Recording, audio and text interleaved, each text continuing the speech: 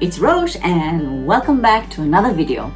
Today let's talk about swaddling. Okay, what is swaddling? Swaddling is simply wrapping your baby up in a nice big cloth and keeping him snug.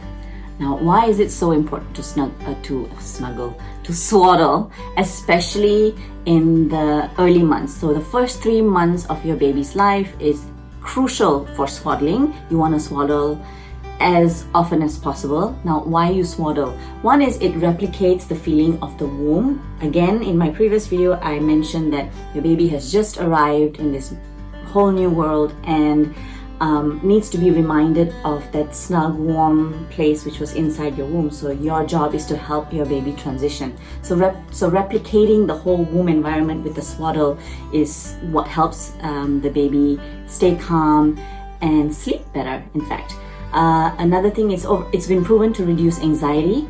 It also basically helps to keep at bay the Moro reflex, which is also called the startle reflex, which every newborn has. I think it's there for the first month or 2, if I'm not mistaken, where your baby will just suddenly out of the blue go like, you know, as if he's falling and he's trying to grab onto something. So his hands will splay out like that and he'll kick his legs and stuff.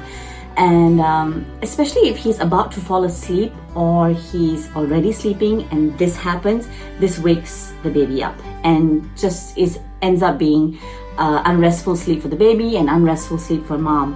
So swaddling helps to keep the Moro reflex at bay because he won't be able to move like that too much. He can sleep a little longer. When I mean longer, it could just only be an hour or 2, but still that's sleep, all right? So when do you swaddle? You swaddle every time baby sleeps without fail, okay? So if baby falls asleep 10 times a day or 12 times a day, you're swaddling that many times a day. It seems like a lot of work to do, but it is worth your while. Basically, your day will look like this. So baby is fed, is changed, and you're putting baby to sleep. So swaddle and put baby to sleep. Baby wakes up an hour, 2 hours later, however long later, right? Baby wakes up, you unswaddle him, free him, let him stretch, move his limbs, feed him, change him. All that time, he's unswaddled. So if he's awake for 45 minutes or 2 hours or 2.5 hours, then he's unswaddled for the time that he's awake. And that's the time where he gets to feel the world around him, right? Feel the wind on his skin. He feels mama's touch on his skin. He feels people carrying him. He feels his own limbs moving around. So that is when he's unswaddled. And as soon as he's showing signs of sleepiness, swaddle him right back and put him to bed. So swaddling is crucial for the sleeping periods and you'll just have a happy baby overall. Usually what's recommended is swaddle to the point that the baby is able to roll over. Once your baby starts learning how to roll over, you kind of want to transition him out of swaddling, and there's another video for that where how to transition out of swaddling. But like I said, the first 3 months I can guarantee you want to swaddle, and you want to swaddle tightly. When I say tightly, I don't mean to the point where you're cutting off your baby's circulation. I don't mean you're trying to like squeeze him into a tiny piece of cloth, okay?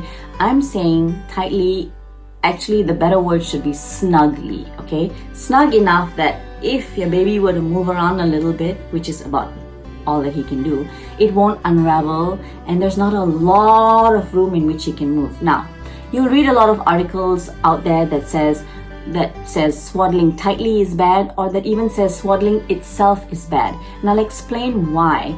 What my understanding is, a lot of people out there, perhaps more in the Western world than the Eastern world, because I don't hear this stuff out here.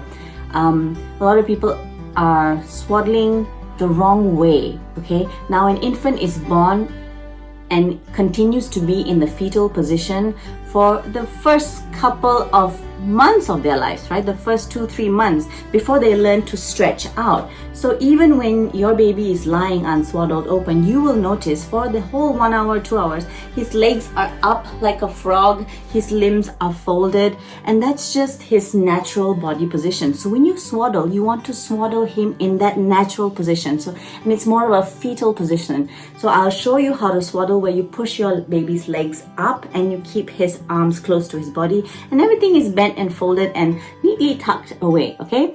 The videos I have seen of swaddling wrongly are all about, yes, they bend the arms, but then they keep the legs straight, and you don't want to do that. Don't worry. Your child will eventually stretch out on their own and have straight legs. But initially, all babies are frog-legged or bow-legged, you know. And if you're Asian, you've got a confinement lady coming in. I bet you she's stretching your child out like a rubber band every morning. That's good enough. And every time you take him out of the swaddle, he's stretching himself. That's also good enough stretching. So for the first 3 months, swaddle in a way that replicates the fetal position. You want him to feel comfortable. His limbs need to feel comfortable, and he needs to be snug so he can't like move around and get out of it. Okay, why only swaddle till the 3rd month? Anything after that means that your child could now be learning how to roll over. My baby learned how to roll over at 5 months. And so at the 5th month, what we started to do was, he didn't like to sleep without being swaddled. So that was a little bit of a dilemma for us.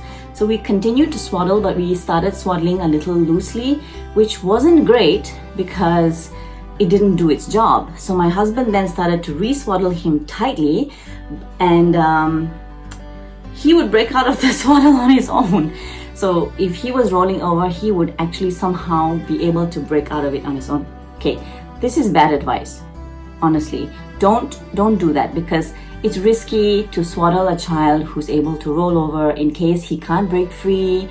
He won't be able to lift his head up, he can't breathe, he might suffocate, and he might experience sudden infant death syndrome. Okay, so I am recommending swaddling the first 3 months, but I'm just sharing my own personal experience. I went on swaddling for an extra couple of months because my baby was strong enough to lift his head by the 2nd month. In fact, my baby was strong enough to break out of a tight swaddle by the 4th or 5th month. And so that's why we were kind of confident to continue allowing him to stay in the swaddle. So I'd like to discuss a little bit about the types of swaddles, and I'd like to also demonstrate to you how we swaddled, which was very, very effective. All right, so there's 2 types of swaddles here on my table. One is a piece of cloth that's about 70 cm by 90 cm, and it's a rectangular sized cloth. And this was the one that we used for my baby when he was newborn.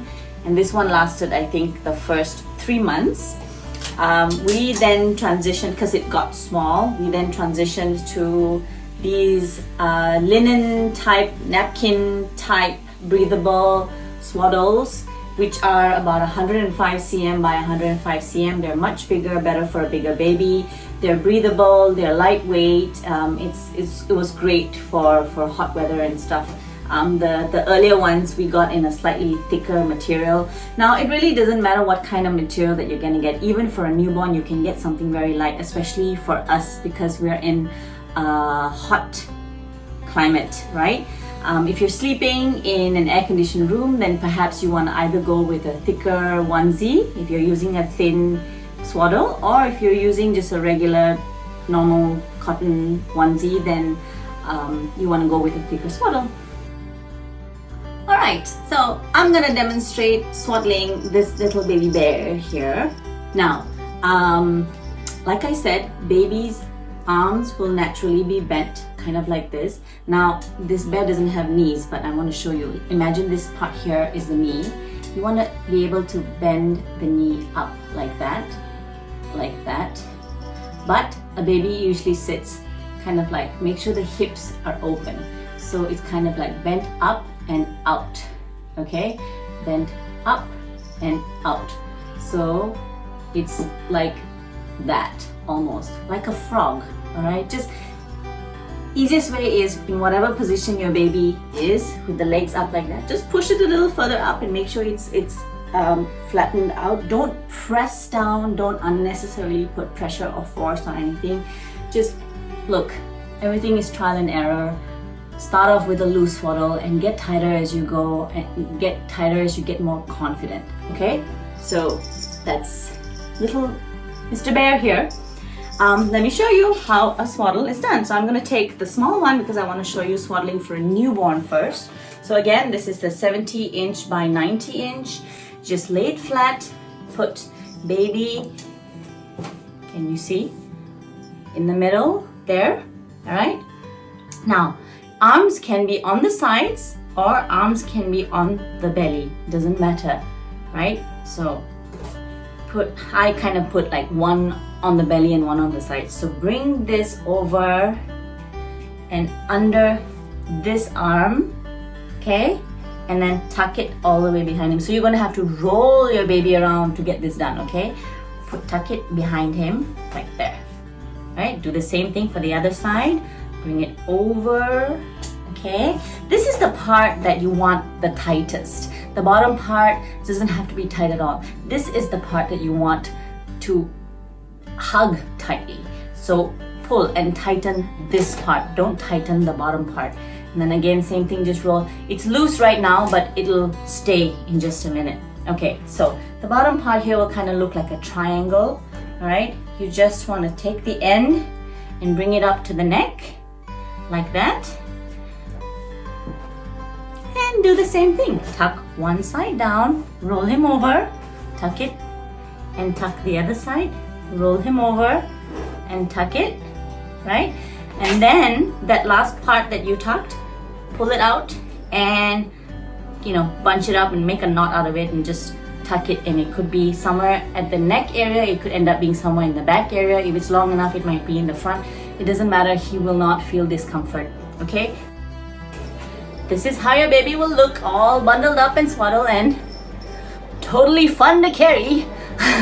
So again, the tight part of the swaddle is up here where the arms are. The looser part is down here. But if you can, get the baby's legs in this triangular position where his hips are open and his legs are pushed up. So do not swaddle his legs straight. Let me unswaddle him and show you what I mean.